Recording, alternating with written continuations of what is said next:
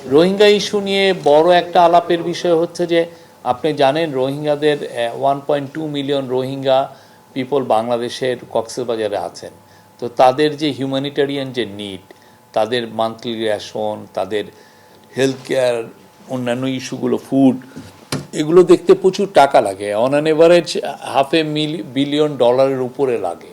তো এই টাকাটা জোগাড় করাটা অনেক টাফ। তো এই টাকাটা কিভাবে জোগাড় হবে, এটার জন্য এখানে অনেক কথাবার্তা হচ্ছে। ব্রিটেন তো আপনি জানেন যে এই রোহিঙ্গা ইস্যুতে যথেষ্ট সাপোর্ট দিচ্ছে।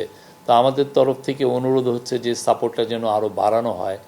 আর একটা হচ্ছে যে অনেকে দেশে পুরো ওয়েস্টার্ন দেশ, পশ্চিমা দেশগুলোতে দেখবেন যে এইডের যে কাট হচ্ছে, অনেকে এইড কাট করে ডিফেন্সি স্পেন্ডিং বাড়াচ্ছেন, ঠিক না? এটা পুরো ইউরোপ জুড়েই হচ্ছে, আমেরিকা জুড়ে হচ্ছে।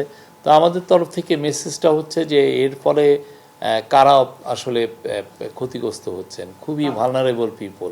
তো আমাদের প্রফেসর ইউনূস এই মেসেজটা দিচ্ছেন যে যাতে এই এইড কার্ডগুলো না হয় এবং আরও এইডের ফ্লো যাতে বাড়ে, যাতে রোহিঙ্গা জনসাধারণ যাতে মানে তাদের পড়ালেখা করতে পারে, তাদের হেলথ কেয়ারের নিডটা ফুলফিল হয়।